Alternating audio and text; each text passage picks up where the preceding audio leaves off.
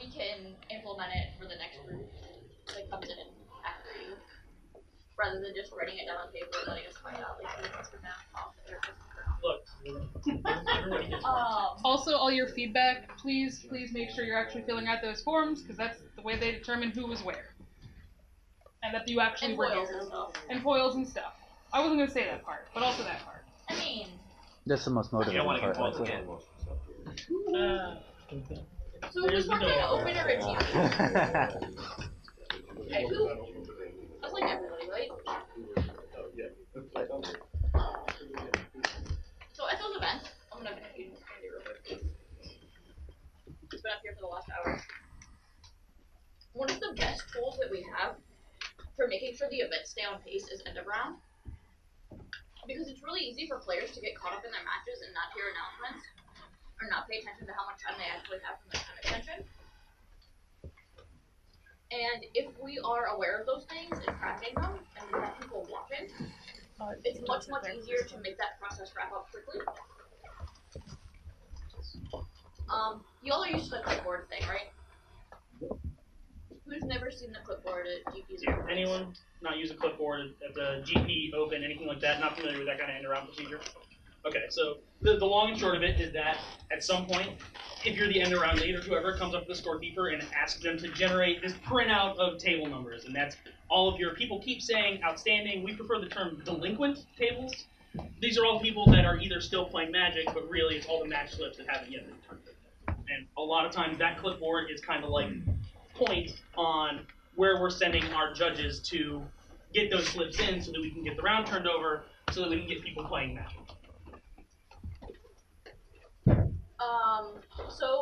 Sometimes you're not going to have that printout. Walter is a new thing. We've had some events where we had trouble getting it to print outstanding or delinquent matches. And in those cases, you're just going to have to kind of wing it. There are a lot of strategies to doing that. We're going to go over a couple of them. EDB wrote an awesome post about what he did in Charlotte, because we ran into that problem in Charlotte.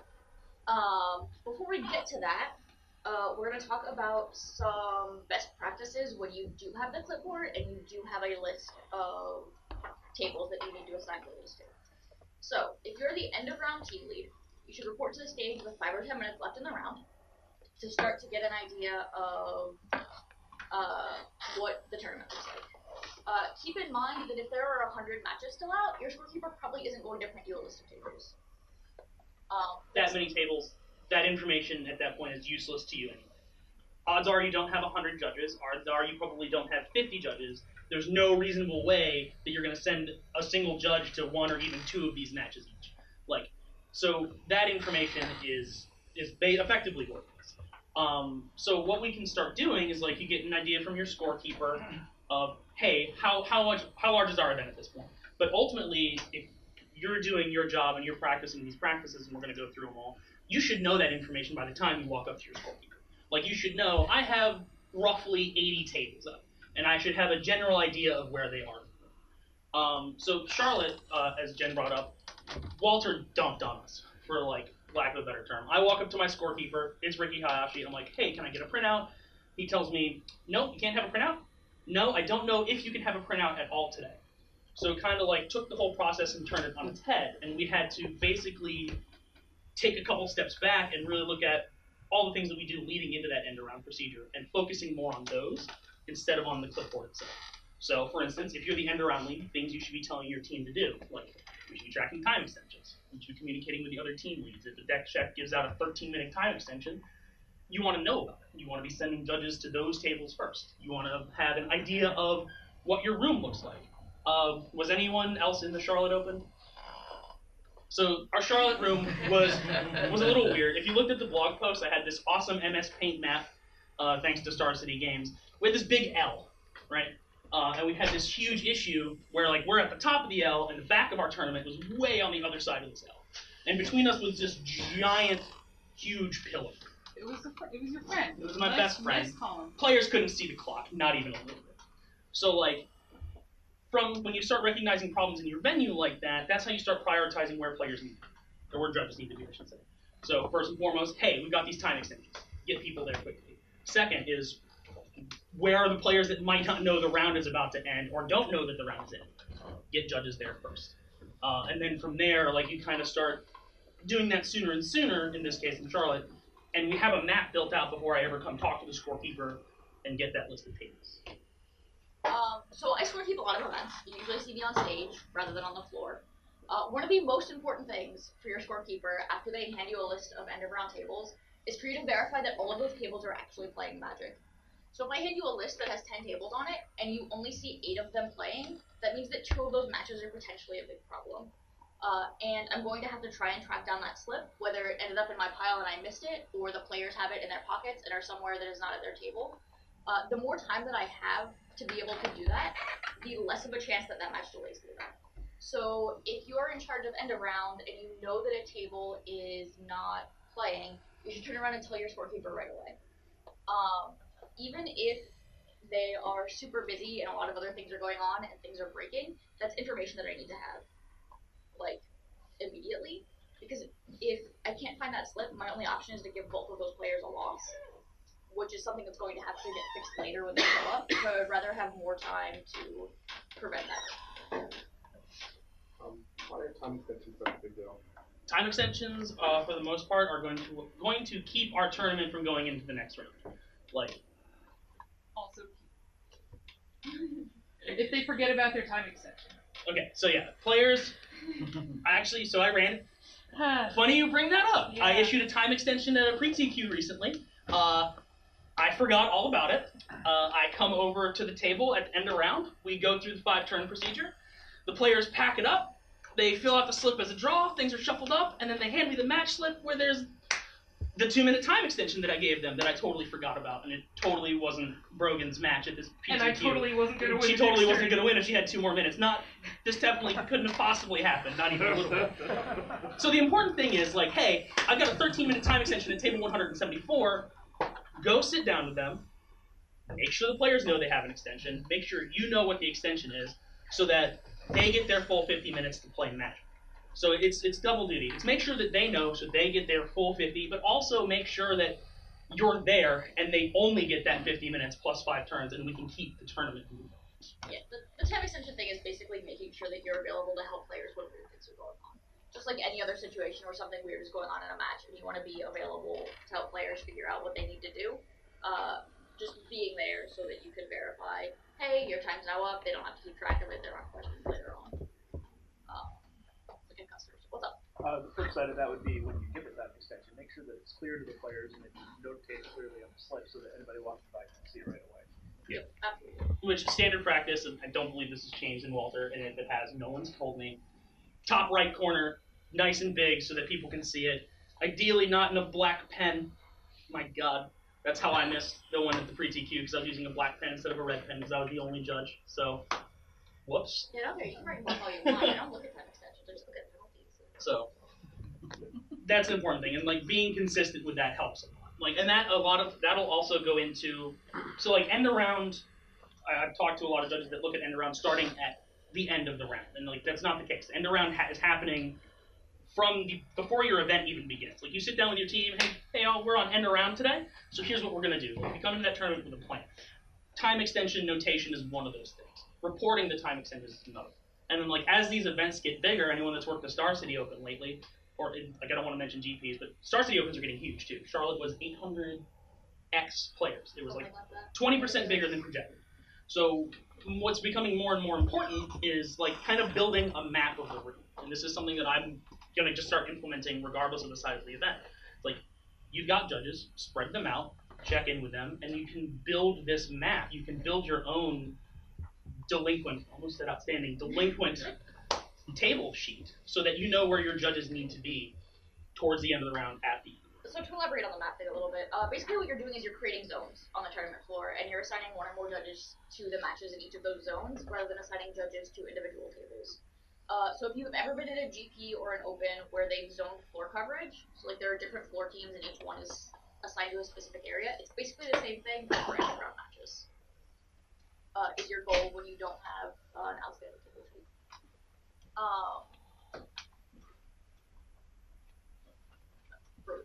I was attempting to help them figure out.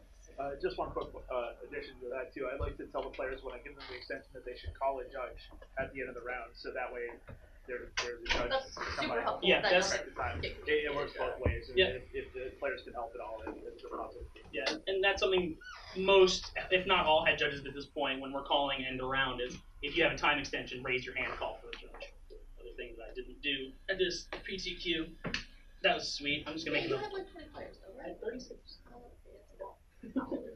Oh, So yeah, so we're end around starts at the beginning of the day. It goes out basically as soon as your round goes out. We're noting time extensions, and we're being a lot of what we can do to end around quickly is actually just watch Magic. Like, I don't want to go too deep into it, but like slow play ultimately is going to be like the biggest thing that keeps our event from moving on. So if you're watching Magic, you're hopefully preventing slow play or at least policing slow play. But beyond that, it's what we can do is like when we set up these zones, we can set up sweeps. So like if I've got a team of 4 judges and I've got my room broken into like 4 zones, I can have those judges each perform sweeps and just give me an idea of how many tables are out there. So like I have this information, and I can send them back out in the next set of judges. And so when it gets time to finally pick up the clipboard, like I don't need to turn to my scorekeeper, who's probably way too busy to even acknowledge the fact that I'm there at this point, and I can just start doing what I need to do.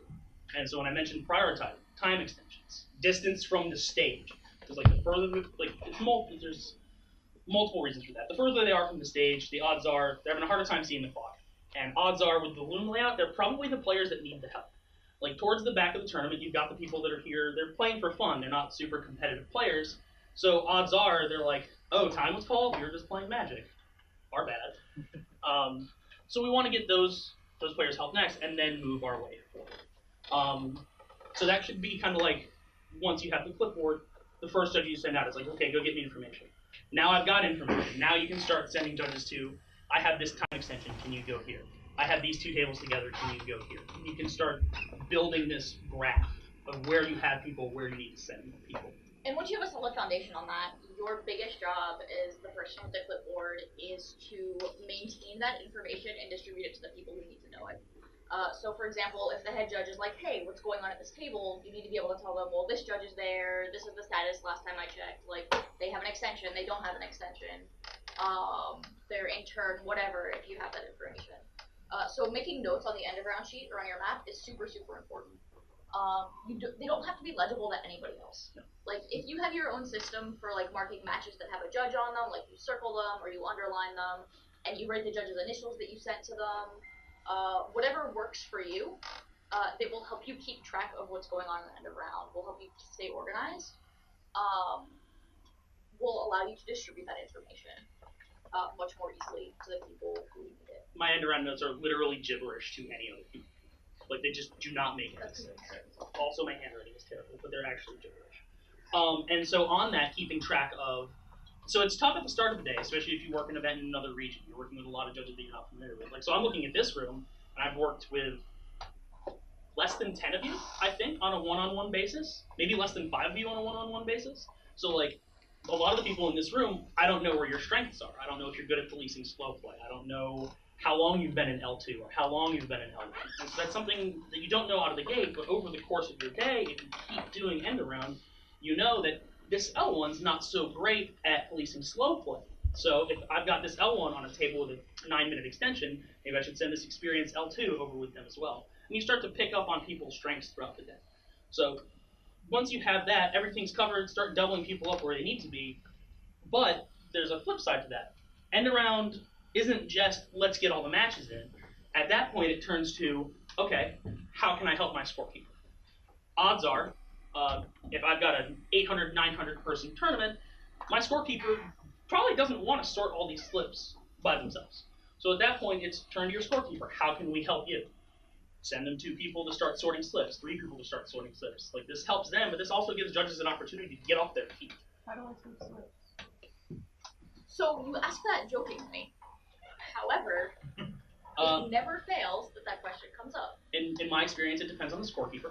By table number, numerically. Okay, so it's table number, so it's some of them just wanted in hundreds, tens. It usually depends on the size of the net and the scorekeeper, but numerically is, the important bit. So you mentioned tracking which judges are at which tables. I think that's really important and something that I see a lot of end-round judges not doing, because it makes a big difference whether there is, an inexperienced level 1 watching a table or an experienced level 4 watching a table. Yeah, absolutely. So like in the Mid-Atlantic, I know that, or I can use the Northeast judge as an example. If I have a 17-minute time extension, I'm going to send Dan Collins that time extension because either he's going to come back with a slip or a player's head. Like, so I've worked with Dan enough that I know that Dan's going to crush it. Like in the Mid-Atlantic, I'm going to send Abe Corson. If anyone's worked with Abe Corson, like that man's going to come back with both players' heads. Like, so it's super important to know who they are. And it's like, and like to the lesser extent, like the networking extent is now you're learning these judges' names, which is awesome for me. I'm terrible with names. Like, so when I'm using your initials over and over and I'm associating you, it's like I know your name now, I know what you're capable of, and like the whole other area is, ooh, now I can give that judge feedback, which is great. And I'm not going to go down that road because I'll talk about reviews for the next 2 hours. So we touched a lot on what you should do if you have the clipboard. If you are a floor judge, end of round isn't just going up to the person with the clipboard, getting a table number, and walking into that table. There are a lot more things that you can do to help optimize end of round and get things done faster. One of those things is before you even head up to the stage, take a look around for matches that have finished and grab their slips. Get those up to the scorekeeper because if end of round sheet hasn't been printed yet, that's a lot of extra information that your end of round league doesn't have to keep track of. Additionally, if you've been assigned a table and you see a judge walking up with slips, check what table they have. It's such a small thing that so few judges do. Go to table 1,489. Hello, good luck, it's on the other side of the venue. If the judge walking past you has that exact slip and you walk past them halfway through the room, you're going to get over there and go, there's no one here. It takes like no effort to just look at them and be like, hey, what do you got? And then you get back. Right. And they're like, oh yeah, we already have that. Oh yeah, no, I've had that happen. But yeah, so it's like I started doing and I encourage other judges to do is, what do you got? What do you got? And you can save yourself the trip a lot of the time. So rather than you, that judge, like for you as an end around, and is a resource. So it's like that resource is just gone, just not helping your tournament at all. And you as that judge, oh God, your feet. Like, you don't have to walk across a Vegas-sized, or for anyone that was there, a DC-sized venue. Awesome. Like, that's a lot of steps, and that's a lot of time. Yeah, this all comes back to end of round is all about sharing information. Like, that's what the process is designed to do. It's designed to get information to one person and then have that person distribute it to wherever it needs to go so that we can get the round wrapped up. Things you should not do at end of round. Don't hold match result slips. Seriously. Whether you're the end of round lead or somebody on the floor or a player or literally anybody in the room, if it's end of round and you have a match result slip, your scorekeeper's probably upset at you. They live with the scorekeeper. They want to go home. Help them go home. Don't put match result slips in your pocket. Don't put them in your backpack. Don't stuff them down your shirt. Like,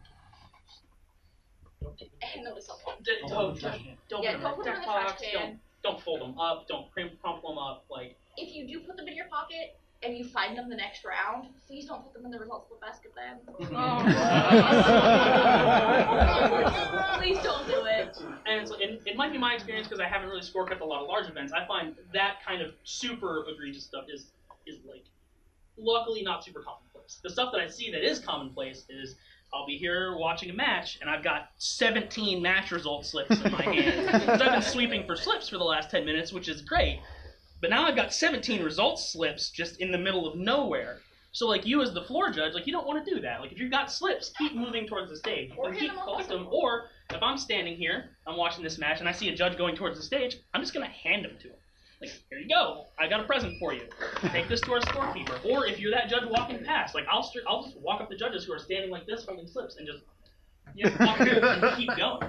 Because, like, they don't do anything to me. The faster we can get them up and get them entered, the faster we can get people playing Magic.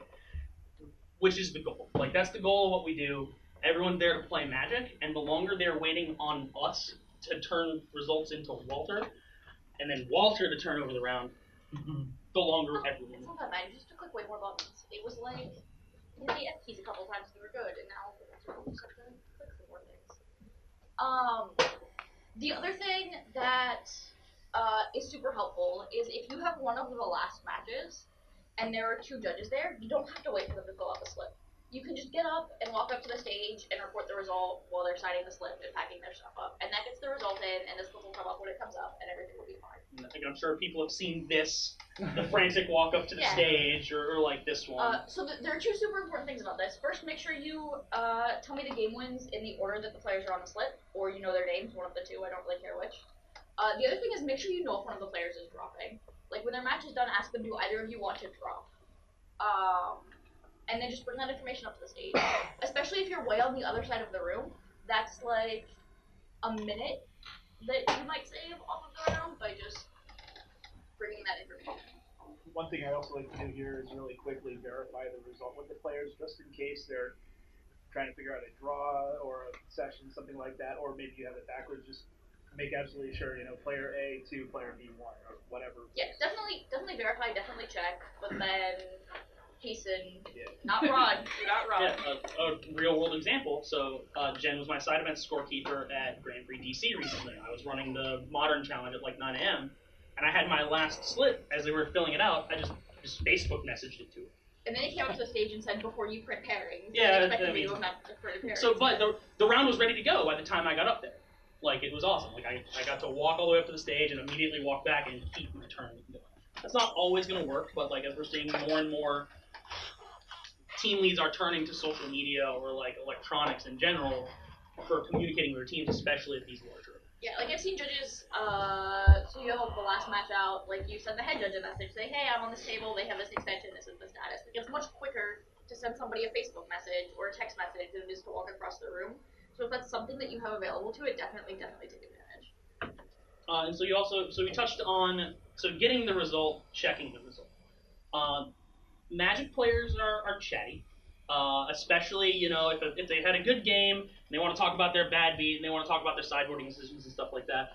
One of the really important things, okay, they're done with 5 turns, it's over, but slip. Like, that's a little way to put that, but like, we need to get that result. They're going to talk, and while we don't need the slip necessarily, we do need the result. So it's like, hey friends, like I know you want to talk about your match, but we really need to keep this tournament moving so that we can get you to play Magic. And this works for sweeping for slips too, before the round's ever over. If you got 10 minutes in the round and you're walking around and you see guys chatting, their sideboards are all out in front of them, they're probably done, I hope. If not, there's some weirdness happening. So it's good to check in either way, but they're probably done. It's like, hey friends, I will save you a trip to the main stage if you fill that out for me. From your perspective, let's say it's like round 9, and I want to get in, and you have 5 turns, it's like 1-1, and you know how people normally do the whole, you see to me? No. You see to me? No. And it's like this epic stare-off. So I give that it's like, will you concede to me? No. Will you concede to me? No. Okay. At that point, I'm usually like, cool, so please fill this out. Like, love all that's good. Please. If they're having a reasonable discussion and discussion is going somewhere, I'll give them a little bit, but like, I need a result. And it's like, you don't want to be rude, but I think it is important to be forceful. Because it is, and it's like, I have definitely said to players, look, the entire tournament's waiting on you right now. I need a result. Like, I don't care what that result is, but I need something on this. I also make sure that I cut them off before the conversation gets into the, well, if we waited another turn, I was going to do this and this. Yeah, because what inevitably follows from that is players simply charge off the top of the library, which is not okay. To add to that point, one practice that's been promoted among some of the team leads of GPs is when the 5 turns have elapsed, before they say anything, it's like, look guys, we're at the end of turns, here's a list of things you can't do. You can't touch cards off the top of your deck, reveal those, that's bad. If you can't roll dice, and just give them the basic rundown of the things they can't do with this discussion, especially the bubble rounds. Yeah, no, I think that's also important, because like, probably 98% of the people that we send home from properly determining had no actual idea that that's what they were doing. So like, I think that's a good practice too, and it does help them realize, oh, I guess we should just sign this slip so that we can get the round. And then like, so other little things with like that, like we're getting towards the end turns, we're sending out judges to find the status of matches. So like, there's lots of really low effort things that we can do as judges to communicate with them. So like, if I'm sitting on a match and I see a judge coming up and kind of peeking around trying to figure out what's going up to the board state, rather than like a die, though I have seen these. These are great. Who's making these? These are awesome. because like they're huge. So I don't really like dice typically. Clarify what they are. This is a turn die for anyone that can't tell what that is. It's a D6, goes from turn 0 to turn 5. It is delightful, because I won't use it. Like, I'll count up on my fingers, like, very visibly. So, like, I have it, so I know what's going on. But any judge that's walking past, they want to know what's up. I can just hold up my hand, and, like, we can move along. They don't have to interrupt the match to find out what's going on. They don't have to interrupt me. So, like, little things that we can do to communicate, to keep things moving along forward.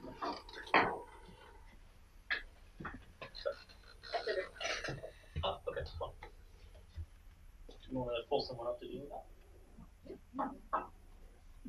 So we're gonna get into some common weird underground situations that you might run into, and by common I mean like they happen at least once in a event. Sometimes a lot more than that, and a lot of times I've seen judges walk into them and they just have no clue what to do. The situations aren't difficult. It's just one of those things that if you've had experience and you've dealt with it before, or you've seen somebody deal with it before, it's much, much easier to handle.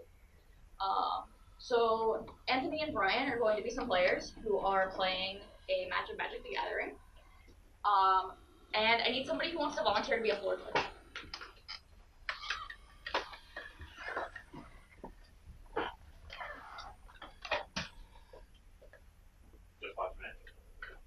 So time was called, we'll say, like a minute or two ago. This is one of the last tables that's out, and you get over to the table. Hi guys. What are you in? Wait, what? Time was called a couple minutes ago. Oh, Okay. Do you guys have a time extension? no. Nope. Okay then. Whose turn is it currently? You are now turn 0. So you watch Matt. Yeah, so that's basically your response in that situation is you have no idea. There's no way to know whose turn it was when time was called. And players have made decisions as though there's still time in the round. So trying to go back and re-engineer whose turn it's supposed to be of those 5 turns is a really bad idea. They effectively got an extra time extension, but that is the lesser of 2 evils. One of the things that, so the zone system and the keeping your information current and knowing that what you have in front of you is reality, this is a situation that's easily avoided. Like when I mentioned Charlotte and I had the huge pillar in my way. Like I'm sending judges over there because they might not see the clock, they might not hear the announcement. And so if we have judges just being proactive and walking the floor and watching Magic, it can be where the time's called and people are playing, hey friends, what turn is it? Just like simple as that. It's like, okay, it's turn 0. So if we're being proactive and we're really watching Magic, we can prevent all that stuff. Did they move or they do I think they're good. Unless they want to get out actual cards, which is totally cool. I don't have that. Of course you don't. Why am I not surprised? Do you want to judge this one? You had your hand up last time.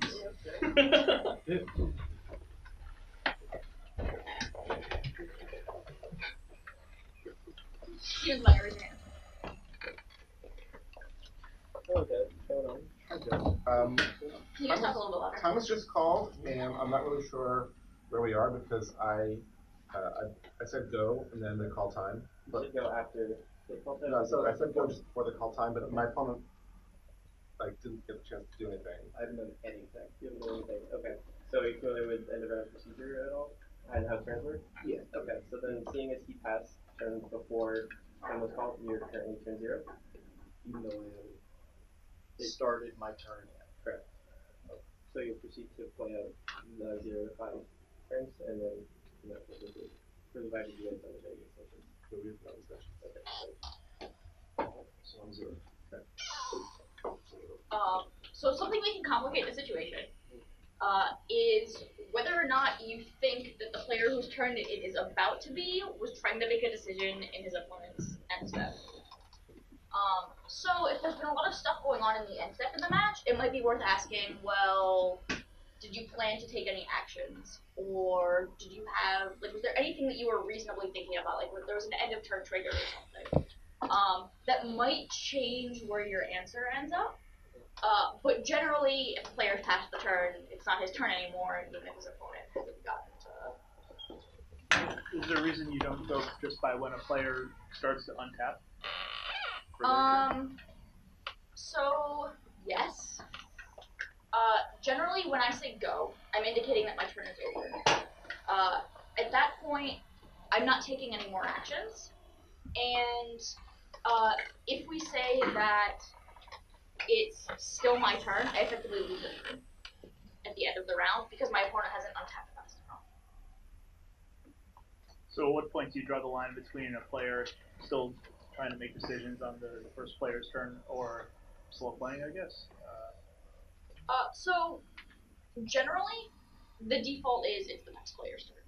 If you have a reason to believe that there might have been something going on in that end step, like there was a trigger on the stack or something else weird was happening, the players have been doing a ton of stuff at end steps at instant speed in the match, you might want to leave it on the previous player's turn. So, I was gonna say, let's go to Manny, then we'll go to Trevor.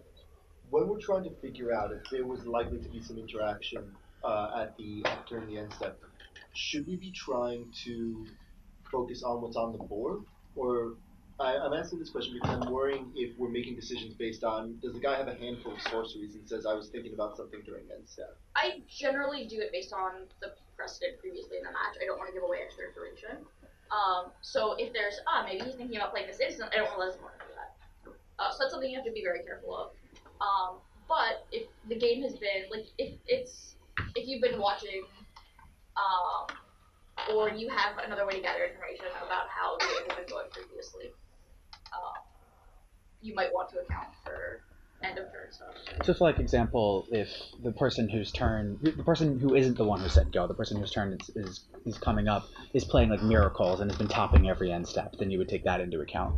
But if they're playing like if there's they haven't been doing anything on end steps for the entire game. Yep. So you say go, time is called, I'm in the middle of fetching. Whose turn is it? If you're actively doing something in your opponent's end step, it's still going to be your opponent's turn. Like we're still clearly in that part of the turn. The going to the next player's turn is more of a, hey, we have to do this untapping stuff, but both players are aware that it's that player's turn now. Versus. Sorry, so say we're in the same situation. My opponent has said go, and I've got a top, and I say, well, okay, instead of I wanted to use my top, and my opponent says, but you just did it like literally 10 seconds ago. So like now I'm trying to exploit. Then you get into stalling. I want to say at that point we're way beyond where turn 0 should be, and so then you have to do an actual investigation. investigation. Still be in our Okay. Yeah. So and it's like while typically go is like a really good indicator. Like there's no hard and fast rule. Like every situation's gonna be different. Every board state's gonna be different. Every game's gonna be different. And that's the case for like a lot of what we're talking about in general. I was just thinking about that while we're going through this scenario. Also, you're good if you want to say that. Cool. Sorry. We're gonna be sitting down all day. They just really wanted you to stand up for a little bit. The round's over. You can sit. So like the stuff that we're talking about is not going to work at every single event, right? So like the stuff that's going to work for your 80-person RPTQ might not work at your 800-person Star City, and vice versa. But like it's just about establishing best practices, these ideas and these concepts of when end of round starts and when end of round actually ends as well, and taking those and being able to make them work for each of our individual tournaments. Did you want to run through another call? Well, this one's really hard to actually do. Yeah. So slow play, right? At end of round, slow play is still definitely a thing, and there are two sides to this coin. One is that I've seen judges get really impatient once they get to end of round, and they speed up their assessment of slow play. You can totally assign slow play penalties after time has been held. But you also don't want to hurry players more than you would during the timed part of the round, just because the rest of the tournament is good. Yeah. They still get 5 full turns, and it's like they still need to be playing Magic and making their decisions. And I definitely, and I'm sure, quick show of hands, if you've sat down in the match, okay, it's turn 0, and one player goes, cool, we've got all the time in the world. And, like, anyone else, like, literally every Magic player on the planet. I'm usually very happy to interject. It's like, well, no, I still need you to maintain a reasonable rate of play. What's up? So, as a corollary to that, you come up to a table as the round is about to end, and players are playing blisteringly fast. Mm-hmm. Like, in the time you get to the table, they've played 3 turns. Sure. And then time is called, and they immediately just turtle. So, like, I think slowing down a little bit is, like, natural, and I don't think there's necessarily an issue with it. Because, you know, they're noticing the time, and, like, we're assuming, like, no funny business is happening here. They're like, oh, man, we need to try to get as many turns in as possible. We want to try to finish the match. We don't want to draw. And then it's kind of, like, the pressure's off a little bit. So, like, I'm okay with them taking because at that point, they're not really taking a reasonable amount of time to make a decision. They're playing really fast. So at that point, as long as they're still taking that reasonable amount of time, then I think it's fun. So the opposite of that, I just want to tag on. The opposite of that is actually way more of a red flag for me. Yeah. If they've been playing slowly and time is called and they speed up, there may be something very hinky going on. That is definitely. And you definitely red want to flag. take some time and look at like totals and look at the cards they have in their hand and the cards they have on the board and try and figure out what's going on. Because that's one of the giveaways for stalling. Oh, they can't kill me a now. change of pace when the clock is no longer a factor. So I know that if you get a penalty for slow play in your match, then you get additional turns when you go to turns, correct? Mm-hmm. That only applies if the penalty is assessed before you go to turns, correct? Correct. So like if you get a slow play penalty during turn 0, you're not gonna now go to, I guess it's like 7, right? Right, so that penalty is applied to make up for the time that was lost in the round by the slow play. And if you're assessing a slow play after time has been called, they've already been able to use the full 50 minutes of the round, so that's not really a concern anymore. Okay. Apart from the concern that it was happening in, like, on call for the duration of the round. Just to follow up on Trevor's comments, if players before time is up are playing at an exceptionally fast pace and they slow down a little bit, but they're still playing at a normal pace, then you don't want to give a slow play penalty there because you're effectively punishing the players for playing quickly. Right. Yeah. And it's like we still want to. At that point, it's what's reasonable. And if they're gone beyond reasonable, then we can look at penalties. If you walk up to a match and this looks normal, then I don't think it's Judge, the time was just called, and we are just shuffling up for game 3. well, okay. So it depends on the tournament, depends on what's happening, but okay, this game's not going to happen. 90% of the time, this game is not happening. What about that 10%? I never knew there'd be like times where you make the exception. So like single elimination and game 3, like we're about to present for game 3. It's 1-to-1. Can't have a draw. So don't pretend. What's the guideline for when it's okay for them to play that sort of thing? So when they have actually begun game 3 and they actually get the 5 turns. I'm sorry, I'm not sure what you're asking. So Grogan said, hey Judge, we're shuffling up for game 3 and have a stall. Mm-hmm. How far into that process would they go? Where's the point of it should you say, well, yes, go ahead and play your 5 turns regardless? When has the game officially begun? When a game finishes. I mean, like when they draw. But yeah, one player is kept in the quality. I might be mistaken, but I believe it's when a game action has been taken. So like pre-game procedures are not game. I believe the MTR says it's done when both players take the moment. Is it after pre-game procedure? Okay. So both players have kept a hand. Yeah. So we're still shuffling and we've presented and we haven't get to that point. But both players have kept. Does that include the scry one? It's relevant. I don't know. That's a good question. I mean, you can't scry until you've kept your hand, so Yeah. keeping your hand is the line. Yeah, but you technically haven't finished the pregame action now, have you? So they haven't reached that point. If they're still shuffling, then The game doesn't happen. There's no. sorry. We're done. Fill out the slip. It is 1-1. It's go. Unless somebody wants to concede or. But Judge, I'm playing Belcher. Well, should have killed him faster last game. Yeah. What took so long? Best answer ever. And like so also, and now that we're talking about, so Steven brings up this situation. It reminds me of a lot of calls. Who was in DC for team trios? All right. Of everyone with their hands up, who had never worked Team Seal before? Everyone had? That's okay. I wasn't expecting that. So I ran into a lot of calls both on Friday and on Saturday because we had team side events. I'd walk up to a match and end around, and there's one team playing, and I'm like, hey, so what's up? And it's like, oh, well, they're done. Both my teammates won, but we want to finish the match. It's like, oh. Yeah, no. It's like, you're absolutely allowed to keep playing. However, I do need you to fill this slip out for me. This match is over. So how do you fill the slip out then? For a team seal? Yeah, is it just 2-0. 2-0 they have to finish the game? 1-0. It does not actually matter. One team is the winner. One team is the winner. So even if you play all 3 games, it doesn't matter. As long as one team wins. Yeah, because the team tiebreakers don't go that far. Okay. So as a result, it's these 2 matches are over. Both your teammates won. Well, unfortunately, and you don't necessarily want to tell them your match is irrelevant because they're even especially if they're wanting to have fun, they're playing a good match. But we want to get the tournament moving. Well, you guys are welcome to continue playing, but I'd like you to fill out this slip. And I definitely ran into a lot of that in DC. A couple players had to get dad voiced and was no, your match is over. I need this slip. So at this point, we're getting a little bit toward the end.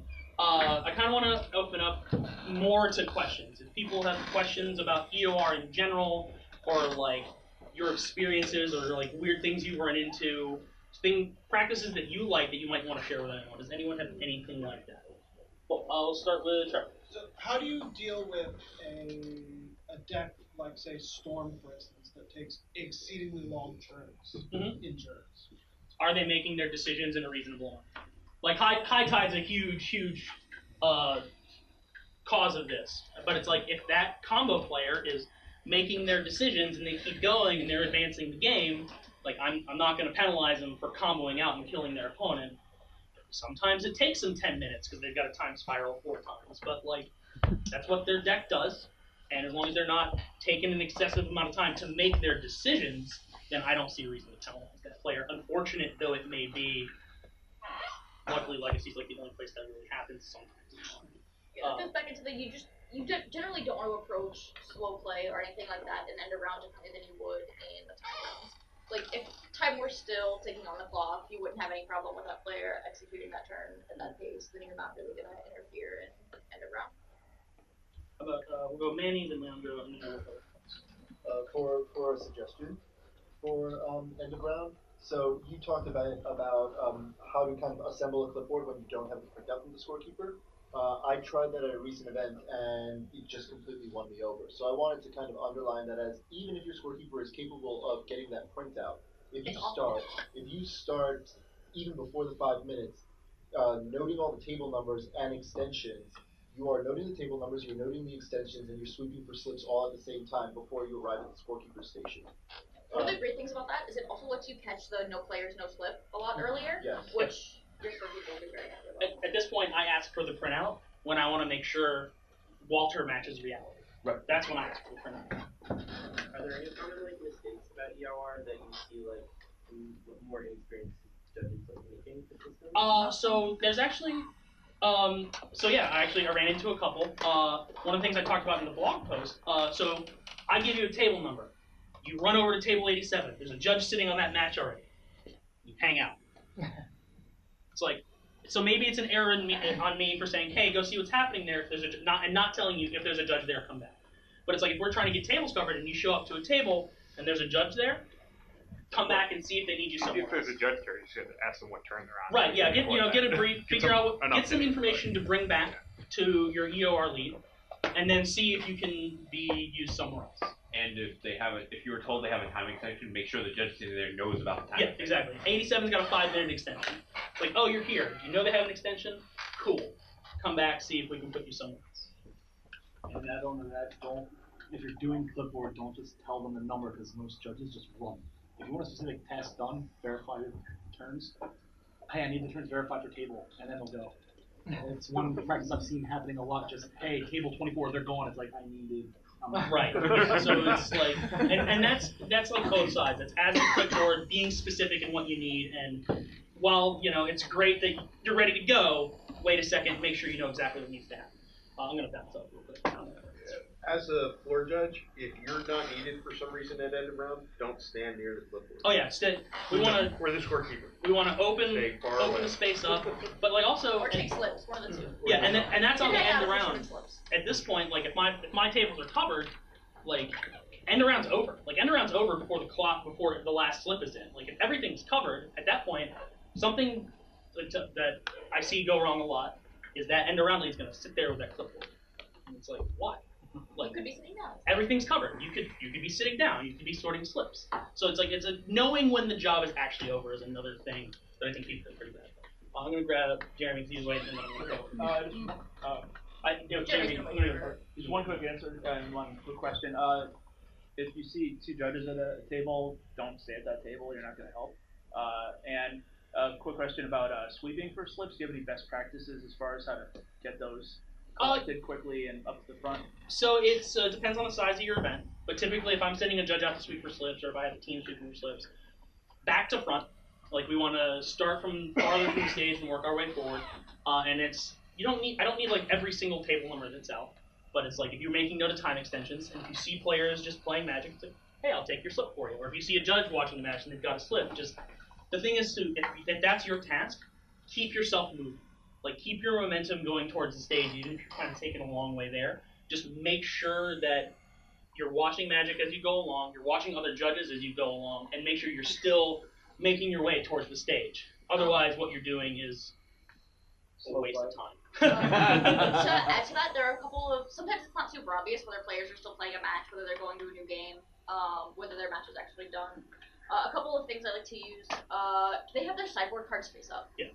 So like, if you can't tell, like, are they between games or are they going to the third? If they have their sideboard cards face up, they're probably discussing with their opponent what their sideboard plan was and how it played out, and that's usually a sign that their match is done. Or if they don't have a slip there. Yeah, one of the things I love for those situations where you're not totally sure, like if you're walking by and you just kind of do one of these, like, what's up? 9 times out of 10, if they're just playing for funsies, they're gonna instantly go, oh, we're playing for funsies, or oh, here's the slip, or whatever. Just like body language is huge for stuff like that. You can lean in, and 9 times out of 10, the players are gonna offer you what you want. Also, if you're looking for information about matches that are still playing, say time hasn't been called yet, like you're looking to try and figure out, like, maybe this match is going to go long or whatever, looking at players' life pads is super helpful. A lot of people will switch pages between games, but some just keep one page in their like little reporter notebooks for a match. So if you look at their life pad, you can generally get a good idea of what game they're in. So Adam, now come over here.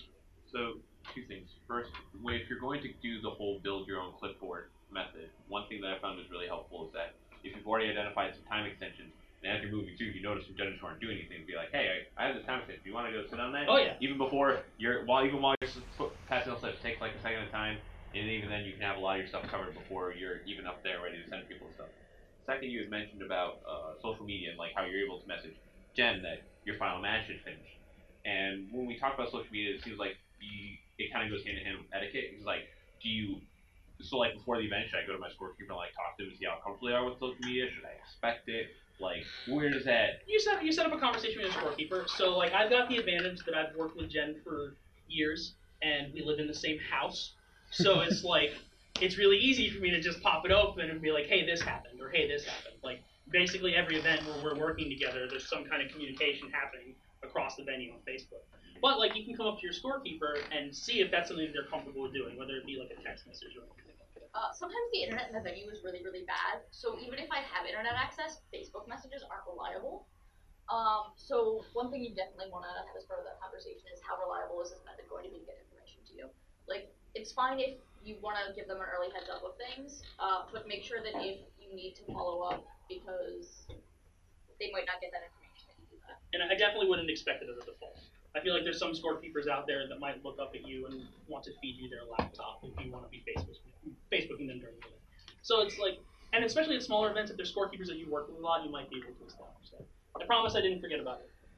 Are there any significant aspects of EOR that change from the beginning of the event to the end of the event? Definitely. So like the size of the event's a factor. So like I keep bringing up Charlotte because it was the most recent time I ran end around. We had this huge pillar. That pillar was a problem only until about round 5. So like when you get about halfway through your event starts shrinking. So you want to make sure that you're adapting where you're sending judges. So if I've got this huge L and I'm sending judges to the back of that L in rounds 1 through 4, I might not need to send them over to a bunch of empty tables in round 5 and round 6. So like event awareness is a big one. Things are going to be shrinking. As we start getting towards the end of the day, less so on the logistics side, but on the as we're watching these matches and as we're crushing end around, when we get towards the end of the day, players might start doing something stupid. Like we want to make sure that they're still playing Magic. So we're not just counting out the turns. We are still watching Magic. And we are still. I'm generally more aggressive with the hey guys, I need you to stop talking and fill out the split as we get into later rounds, especially the second to last round and the last round when people are trying to figure out if they can draw in or if they can concede. You want to stop players from making that mistake before they make it. You don't want to let them make it and have to deal with the consequences. And I also find at larger events, so keeping track of where you're sending judges, not just on tables, but what tasks you're sending them on. So I know I had a handful of judges that I could send them crush slips and sort slips every single one. But I also wanted to keep conscious of that. I didn't want to send the same judge over and over and over to keep sorting slips. Move it around so that one judge doesn't feel like they're doing all of that. We want to spread it around and give people a chance to sit down and take a breather and stuff like that. Apparently we have to stop talking soon. Very soon. Okay. Like last question. Last question. Back on the best practices that I'm noticing on the question earlier with the scorekeeper, like the person with the clipboard staying relatively close to the scorekeeper to block slips coming in. Mm-hmm. I'm guilty, and I've witnessed multiple judges this clipboard kind of like veering towards more conversation with other judges or over to table close to the whole playing. Like they're doing something, but now you're not actually working the clipboard at this point. So yeah, it's hard for you to catch slips that come off. The other thing that judges tend to do when they do that drives me bonkers is when they do get slips, they clip them to their clipboard and then they just hold them. That's not their home. Yeah, that's not where they go. Their home is the scorekeeper. Okay, yeah, We're done. We're done. All right, they're gonna make us stop talking. All right, thank you all very much. Going into lunch. If anyone wants to talk more about it and not eat instead, cool. But we're doing this again in an hour, so definitely any feedback, we'd love to hear it so that we can do it again.